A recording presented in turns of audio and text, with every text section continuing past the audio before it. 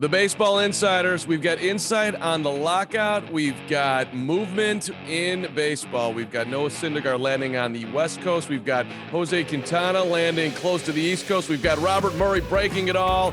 Baseball Insider starts right now. All right, fine. You didn't break it all, but you did break Jose Quintana, and we'll get to the comments on your Twitter feed coming up here because that was my favorite part of the baseball week. Bert, good to see you, buddy. Hey, good to see you too, my friend. What's happening? Well, I'm interested in what you're poking around and hearing about how Rob Manfred is going to go about his business, sending out a memo to teams not to leak during the CBA talks. What does that mean? That was the text that I got from you. I don't quite understand it, but I'm very interested to hear you speak on it and have a little conversation about what's going to happen here with baseball and the lockout. So what do you got? Yeah, so Rob Manfred ended up sending a memo last night or Sunday night to executives throughout baseball saying, do not leak anything about the talks going on with the CBA. And he made it clear in the message, it was right at the top in the memo that I obtained, that if anybody is caught leaking or going on the record with the media or off the record or even on background, that the team will be subject to discipline, and also the individual will be subject to discipline, which I thought, they're going to want to control the leaks here. They do not want anything to get out, but it's bound to happen because that's part of these negotiations. We'll see the leaks from both sides. It's just it's both sides trying to gain leverage publicly. But Manfred is trying to get out in front of it, but we all know that's not going to be successful. So what is he worried about exactly? Yeah. Oh yeah. He's worried about different aspects of the negotiations leaking, whether that's about the DH, whether that's about arbitration, which we've already seen leaks happen.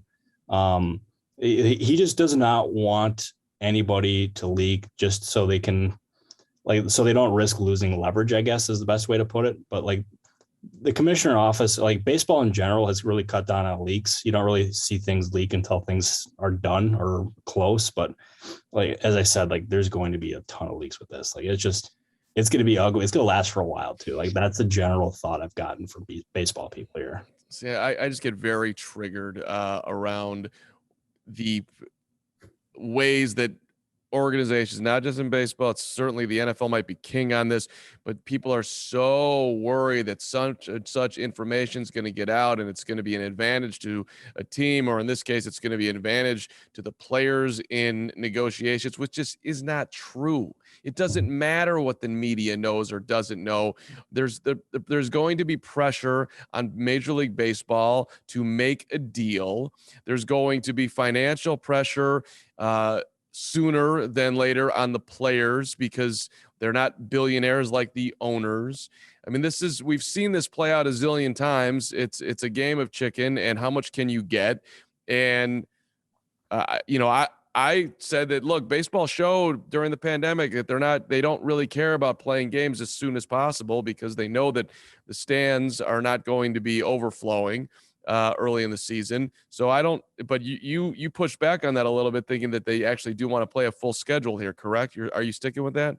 Yeah, I'm sticking with that because what we saw last year with them having a shortened season for only 60 games, both sides lost a ton of money.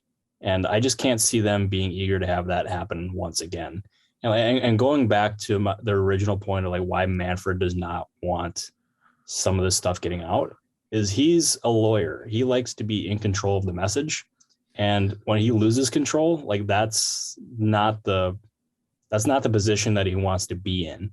And I agree with you. I think it's kind of weird how both sides, or how they're so unwilling, or how do I want to phrase that? They just don't want things getting out.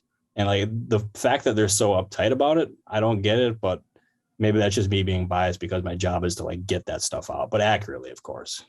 Right. Bert, we know that you're about accuracy, you're about integrity, you're about domination, you're about getting the story right. And that's one of the reasons why I call you officially the young superstar who's going to dominate the landscape and surpass Passan, Rosenthal, and everybody else along your way to baseball king of planet I'm just trying to catch up to you, Carm. That's what I'm trying. No. Don't do that. Don't. This is an anthill. You're climbing. You're climbing Everest over there, buddy. That's what I expect from you. But look, let me ask you this: does Rob Manfred have the support of the owners? Do they believe in Rob Manfred? Boy, that's a hell of a question. I think the answer would vary by the owner that you talk to.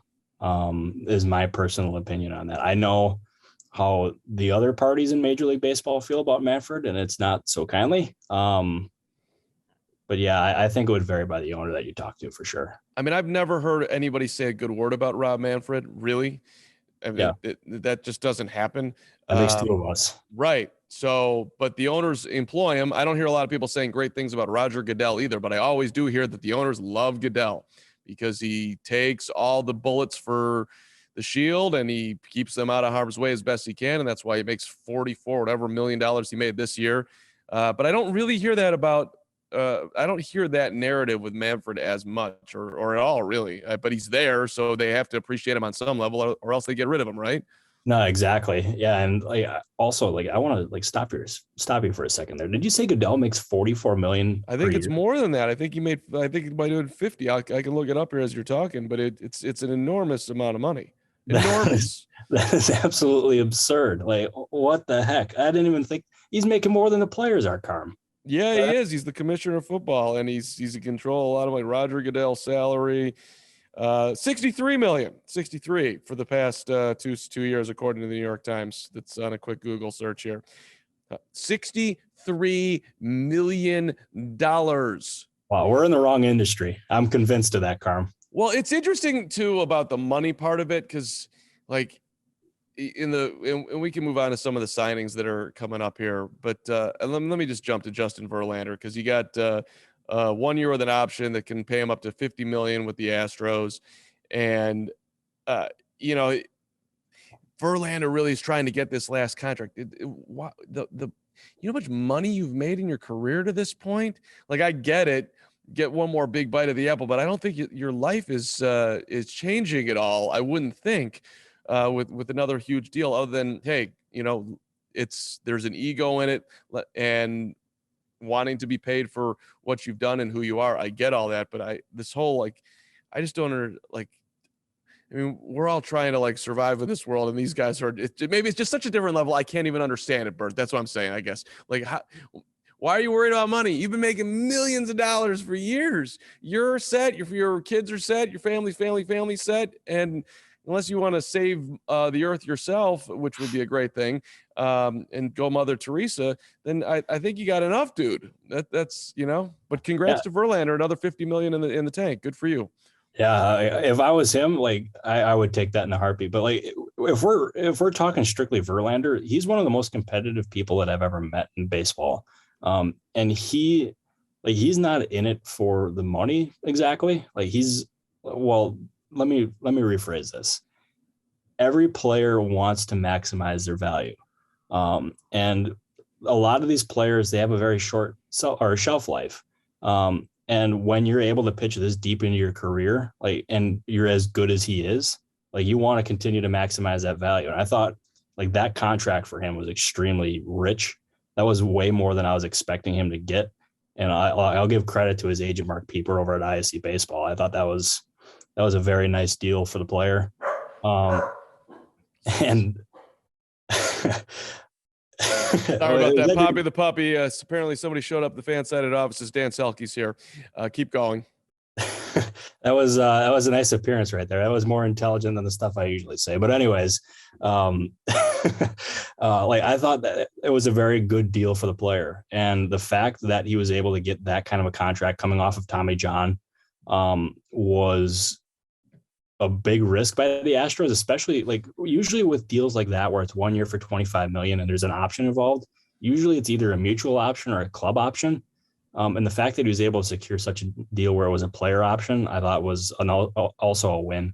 But also with Verlander and the Astros committing that much money to them, I think that was a huge indicator that they're planning on competing heavily this year, and makes you wonder, maybe they make one last ditch effort at trying to re-sign Carlos Correa or even one of these shortstops. but the Verlander deal overall, I thought was probably the most impressive deal of the offseason, even over Syndergaard so far. So, okay, let me get to Syndergaard next, but let me just try to understand the Astros here. Yeah. It's been reported that they're not bringing back Correa. But now it's being reported that they're in on the top shortstops. I don't know why you wouldn't want to keep your guy. And if you are trying to find a way to pay your guy, why are you giving 39-year-old Justin Verlander $25 million? I get that the contract's going to be way out farther than this year, but you can also bank money. I mean, there's creative ways to go about this. So I'm confused by the way Houston's going about their business. Verlander is, look, the guy's been phenomenal. They won a World Series because of him. I mean, I think you can really say it just like that. The dude had an ERA under 1. But this is, the Yankees said no to 1 year plus an option. They didn't want to pay it. And I get this isn't George Steinbrenner's Yankees, but that's an organization that spends, and they weren't willing to go there, but the Astros were. Yeah, and the fact that you mentioned that they're in on the other free agent shortstops, I haven't seen those reports, but so from their perspective, the reason they do this deal now instead of re-signing Correa is going to command a contract that is going to be a lot. I've heard the number $342 million thrown around just because it's over Fernando Tatis Jr. and Francisco Lindor. I think that's probably going to be his goal. And I don't think the Astros are going to be willing to pay that. We've seen reports now about the Yankees not being willing to do such a deal, and even the Tigers. So that's starting to eliminate suitors. So maybe it ends up getting down to a price point where it makes sense for the Astros to get back involved. But let's say that it doesn't. And this is just me speculating here. This is not me having sourced information, but maybe they end up trying to go after one of these cheaper shortstops, or at least the cheaper premium shortstops. And Trevor's story, I know, has been connected a ton to the Texas Rangers. I believe he's from that area. And I mean, I don't know how far Houston is from Arlington, but maybe that makes sense because he'll end up being somewhat cheaper. But I can't see them spending on a guy like Javier Baez or, maybe a Marcus Semien, but he's asking for a lot of money. I've heard a couple teams say that Boris's asking price for Semien is pretty outrageous. But if the Astros are on these shortstops, I think Correa is still pretty unlikely, but maybe Story's a guy to keep an eye on. So best guess right now, Bert, first shortstop to sign and with who will be? Let me go process of elimination here with you, Carm. You're putting me on the spot here. This is why I do. I am. And I know that this is just a guess. This is not Bert information. We'll get to the Jose Quintana moment in time in a second here.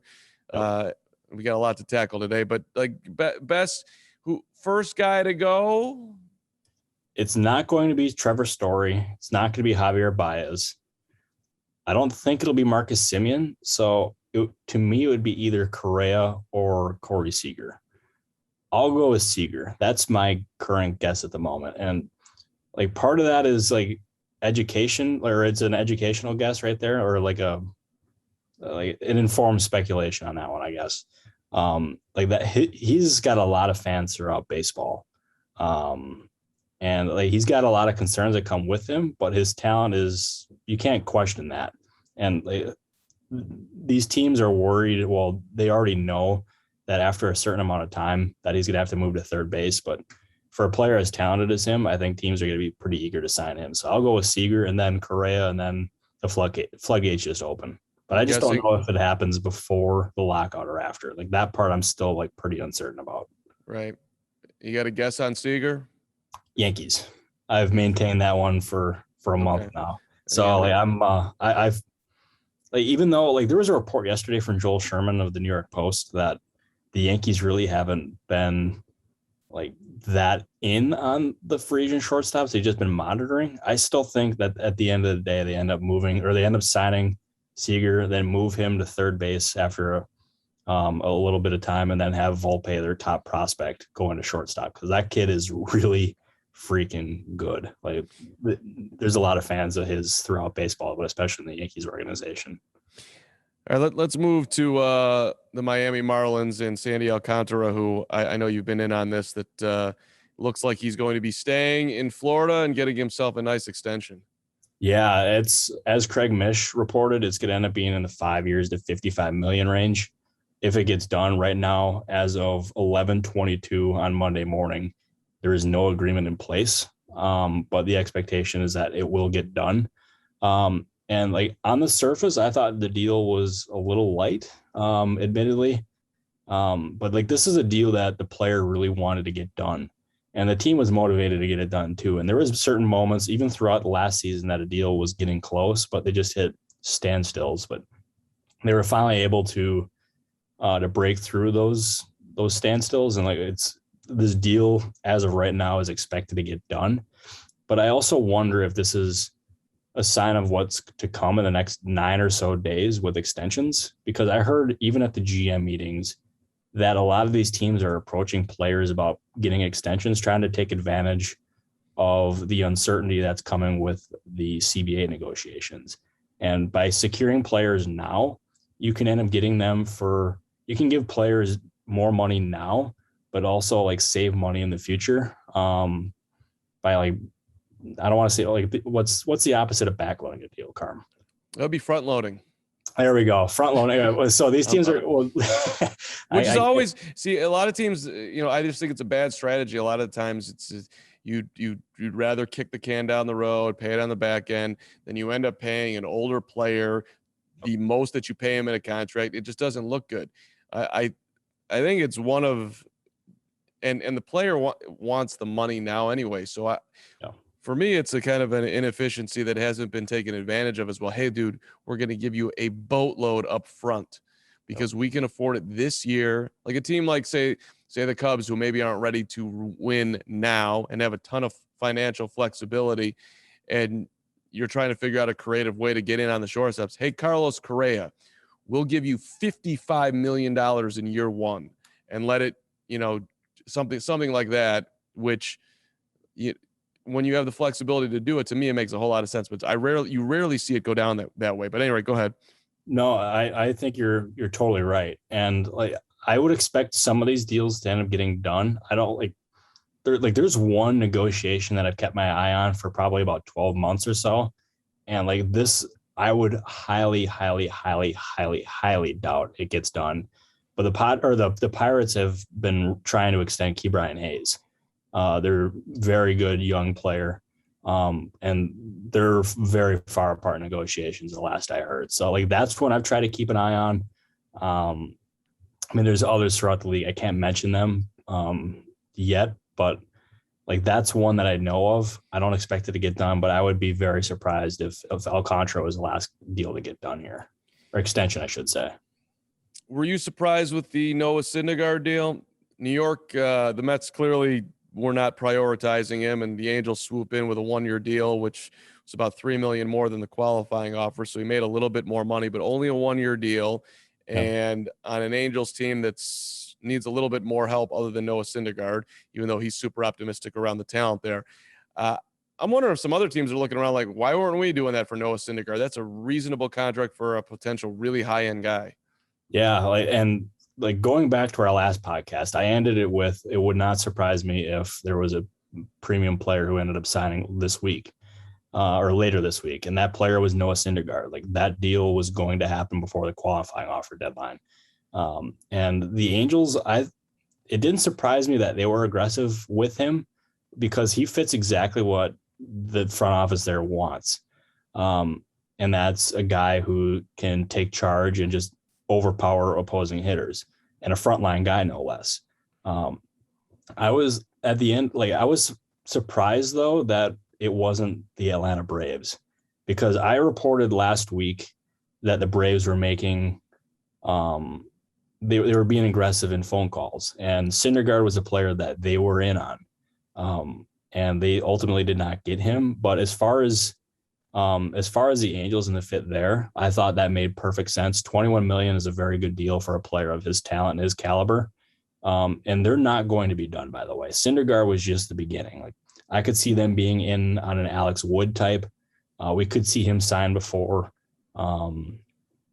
before the lockout starts. Steven Matz, I don't think they're going to end up being in on him. Marcus Stroman will be too expensive. I've heard the number 5 years for $125 million thrown around for him a lot. And that would be the same average annual value as Justin Verlander, but just on more years. But Syndergaard was a really good start. There's risk for him because he's only thrown 2 years and 2 innings. But for his talent, a player like that, $21 million is a relative bargain. And if he turns out, the Angels have the upper hand in extensions talks to like keep him in town. And if it doesn't work out, it's just 1 year and they can let him go. But I thought it made perfect sense. What teams are you hearing are the most active making phone calls right now? The Cardinals are one for sure. It just seems like there's a lot of different teams like that are trying to get deals done before the lockout here. But the Cardinals are especially one of these teams that I've heard. And they're going after starting pitching pretty aggressively. And Derek Gould of the St. Louis Post-Dispatch ended up writing that they're targeting players, specifically pitchers who usually end up giving up ground balls or ground ball pitchers. And that plays perfectly in hand with their infield defense, which is pretty elite with Nolan Arenado, Paul Goldschmidt, Tommy Edman, and Paul DeYoung, although I still wonder if they end up moving on from DeYoung, but that's for a different podcast here. But like they want pitchers that fit that description. And two of them that really fit for me are Alex Wood and Alex Cobb. Are both very good ground ball pitchers. I think they'd be relatively cheap. I think Wood will sign probably a 2 or 3 year deal for about 10 or 11 million per year. I don't know about Cobb though, but like the higher end guy would be Stroman, but he could end up being pretty out of their price range here. But they're being pretty active in talks, but I would expect a flurry of these deals to happen in the next 9 or so days. I think these players are going to want to get off the market before the uncertainty of the lockout. Where do you see Steven Matz going? I'll say he stays with Toronto because they're trying to keep the band together in Toronto with Steven Matz and Robbie Ray. Like Matz's market is pretty aggressive right now. And he's very much hoping to sign before Thanksgiving, which is only a couple days away. And that market is pretty hot. You got the Mets, you got the Cardinals, you got all sorts of different teams. Like the Mets being in on Matz, by the way, is really interesting. I just don't see that happening just because he was there before and really struggled. So I would not expect that to happen, but Matz makes a ton of sense for Toronto and the Cardinals and all these other teams that are looking for starters. And he'll end up getting a deal that I think surprises some people. Since you mentioned Turkey Day, Bert, what's your favorite thing on the Robert Murray plate? Oh, I'm so glad you asked this, Carm, because I know you. Yeah, I know. You love a good little foodie conversation here before we get to your Jose Quintana report. Damn it, let's hear Bert's Thanksgiving. By the way, happy turkey to you, bud. Yeah, I appreciate you. Same to you, my friend. I'm sticking with turkey, by the way. So turkey is the biggest conspiracy in the world. I think turkey is just, it's inedible is what it is. And anybody who serves turkey, I'm out on them. Like I just can't do it. What a terrible take. Keep going. Let's hear it. I like that I'm already getting some backlash on that one, but I am a big happy prime Thanksgiving, rib but prime rib. Okay. Yeah. So okay. Is that like somewhat respectable at least? No, I mean, sure. I mean, I just didn't know you were so hoity-toity that you got to go prime rib on Thanksgiving. By the way, happy Thanksgiving to all our Baseball Insider listeners. Thank you so much for checking out the podcast, and we appreciate it if you especially give a rating and a review. Thank you. I'm an average Joe over here. Turkey on Thanksgiving, baby. I would say dark meat over white meat, which is rarely gets the dark meat and the juicy true. And the tender. It doesn't get the acclaim it deserves. There's that. And people kind of stick their nose up at stuffing too. Stuffing done right is the absolute game changer. That mushy deliciousness should be much more prevalent in life. But no, by the way, I'll give you a stuffing take, and I think this is one that you'll agree with. So anybody like stovetop stuffing is not good. But like you got to have it in the butt of the turkey, like because it soaks up all the juices. Like I may not be a turkey guy, but like I can at least appreciate turkey juices and stuffing. Like that is just that's heaven, man. I eat my body weight in stuffing when I was like that. Will you have your phone on during Thanksgiving, turkey, whatever prime rib dinner? Oh, 1,000%. It would not surprise me, like given the state of the market and the activity right now, if a deal happens while I'm eating Thanksgiving dinner. Like it's that active. So what do you sleep with your phone next to your pillow? I do. So here's a little insider tip on Bert is my outlet is very far away from my bed. So I have an extension cord that in my room that extends from the outlet that's on the other side of the room, so I can have my phone charged right next to me, just in case the scoop happens. Because I got to wake up with 100% battery, baby. Right. That's important. Ringer on? No, only on trade deadline day. Only on trade deadline day. Okay. Because like there's times where I'll have the ringer on. Like let's say at like 3:00 in the morning, I'll have an agent or an executive call me and be like, "Hey, what do you got?" And I'm like, "Dude, I'm trying to sleep here." And then we end up having a 30-minute talk or something. It's great. I absolutely love it. Like I live for that kind of stuff. So agents call you to find out what you know so they can strategize for their players. Exactly. It's basically it's a give and take. It's yeah, the more you know, the more valuable you are. And like we could have an entire podcast dedicated to that. The breaking news aspect of things and how things go down. But yeah, it's pretty cool. You're living in a different land with but that's also, I mean, I guess that's how big business works, right? What you know, who you know, who's trading information, who's making money. Yeah. That's right. By the way, Carm, I got something for you here real quick. Okay. So it is 11:34 and is that still morning, right? Yeah, sure. My screen report for today is already at 5 hours and 40 minutes. So that's I retweeted your report that free agent pitcher Jose Quintana is in agreement with the Pittsburgh Pirates pending a physical, according to sources familiar with the situation. Now, you reported that at 3:46 yesterday afternoon. I retweeted it 6 hours ago. So that would be 5:34 a.m. Is that right? Roughly 4:46 a.m. is when I sent it. Because I woke up and I was thinking about the Baseball Insiders, and there you were on my Twitter timeline. And so I opened up the tweets or the comments rather after your tweet, and it's just unbelievable. It just gave me a good early morning humorous feel. Franchise altering transaction from the notorious LIB. That let's see, certainly an exciting development if this were 2013. Pirates hoping that he is good so they can trade him at the deadline. I think that's the overwhelming take here. About 5 years too late, just crushing Jose Quintana.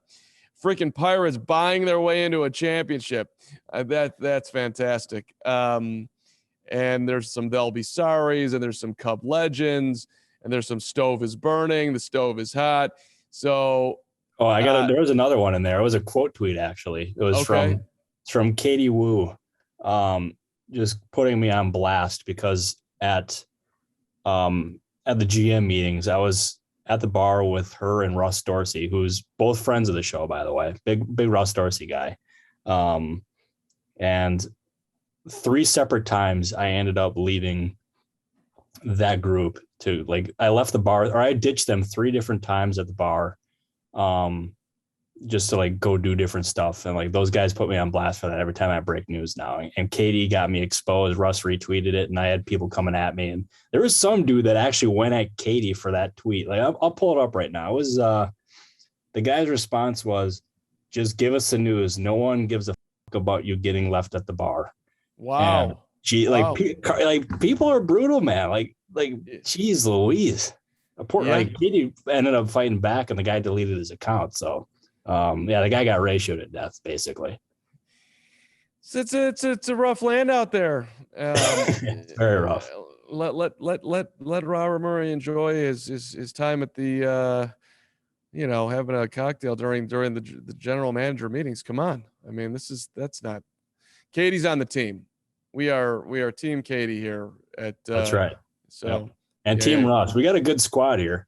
Oh, We just need a fifth for a basketball team. I don't know who we'd have, but yeah, think about that one. It's not Jeff Passan. I don't think that guy can make a layup. Well, I'm going to tell him you said that, Carl. Yeah. You passed that along to Passan that I'm doubting his hoop abilities. All right. I mean, Quintana hasn't been good, but I kind of like the move for the Pirates. They got nothing to lose. $2 million is nothing. Jose Quintana somewhere in there. Maybe there's a drop left. No. Yeah, no, I'm agreeing with you. I think that was a decent move, especially with the other pitchers signing for as much as they have. Like $2 million for a guy with Quintana's track record, pretty good. And the odds are the Pirates are going to stink this year. And he'll end up being a guy like Tyler Anderson, or that's their thinking is he could end up being this year's version of Tyler Anderson, where he exceeds expectations and they end up trading him for a decent haul of prospects at the deadline. So there's certainly a logic behind it. I think it gives them starting pitching depth that they did not have. I think it was like there's no risk in that. 1 year for $2 million, like that's nothing. So I think that was a good move by the Pirates. A better move was when the White Sox traded him to the Cubs for Eloy Jimenez and Dylan Cease. That was a good move. To this day, so that was a trade that wet butt whatever 69 or something. He ended up breaking that on the Reddit threads, right? Oh, Wet Butt had that one? I forget, but that sounds right.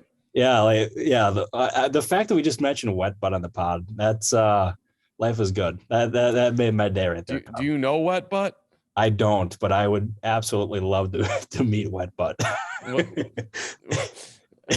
Wet Butt is consistent. That's the dude gets after it daily. Congratulations to Wet Butt. Speaking of, by the way, the Chicago franchise, are you hearing who's more active right now? Cubs, Sox. Are you hearing any rumors with either of those two teams? Because I'm always interested in a little Chicago gossip. Yeah, I think so. I'll start with the Cubs. They're in on starting pitching, and they've actually been connected publicly to Steven Matz, which I thought kind of interesting to me because I didn't think they'd end up being on that kind of a player after getting Wade Miley, but they have money to spend. They made that clear at the beginning of the offseason, and they have a lot of uncertainty in the rotation behind Kyle Hendricks. So I would imagine they're going to end up being in on some of these starting pitchers, maybe short-term deals just so they can maintain long-term financial flexibility, but maybe that ends up being a fit there. But specifically with the White Sox, they're being decently aggressive on the market. I know they've targeted outfielders and also like infielders, like the second baseman type. But they also really want a left-handed hitter to get some balance into that right-handed heavy lineup. So I have names. I can't mention them on the show because I want to keep those close to the vest. But they're being aggressive and they're looking at the top of the market for some of these players. I'll give you that much. Top of the market, left-handed hitting. You baseball insider listeners, you can do the math on that and figure out perhaps who Bert is holding back on this podcast, but will release in podcasts to come. All right. I think we've done it here, my friend. Thanksgiving version, starting with Rob Manfred and secrecy. Don't say a word or Rob Manfred will come calling. Noah Syndergaard's an Angel. Verlander is an Astro. And Jose Quintana is a Pittsburgh Pirate. And the free agent shortstop market continues to swing. Yes. What did I miss? And the fact that the world now knows what my turkey stance is. So hopefully I don't get some mean tweets along the lines of what Katie got. But I know some people are passionate about their turkey. I mean, I wish you a very happy Thanksgiving. I wish the same thing for everybody who listened. And I am curious is it a friend Thanksgiving? Will you actually be having this prime rib, or will you just be thinking about it and being disappointed with your actual meal? So I have some very sad news to report in that regard. So on Wednesday, I'm having a Friendsgiving and there will be turkey. Okay, there you go. And on Thursday, I'm getting together with a bunch of family and we're having turkey and also a ham. I'm getting together with my mom and dad and everybody. My mom makes this ham with an amazing glaze. I could eat so much of that. I would pay for it the next day, but it's worth it, man. You got to go all out sometime. And yeah, I love my ham. Ham is good. You do. I just went to the doc myself, got my physical. The Cholesterol is on a slight tick up, so we're going to have to dial in on the next 6 months to get that back down where it needs to be, but it won't be on Thursday. So that's right. I like that mindset there. Yeah. I mean, it's, a couple points here. I'm still, hopefully we'll make it through the end of the year. You better come. Yeah, I gotta get there until this podcast reaches mountains that we never thought it could. So one pod at a time. Thank you for listening to the Baseball Insiders. Bert, great stuff as always, brother. Yeah, right back at you, my friend. Let's have a good Thanksgiving. And as Carm said, thank you everybody for listening and supporting the show. And I hope you have an amazing Thanksgiving and lots of amazing food. We'll see you next week.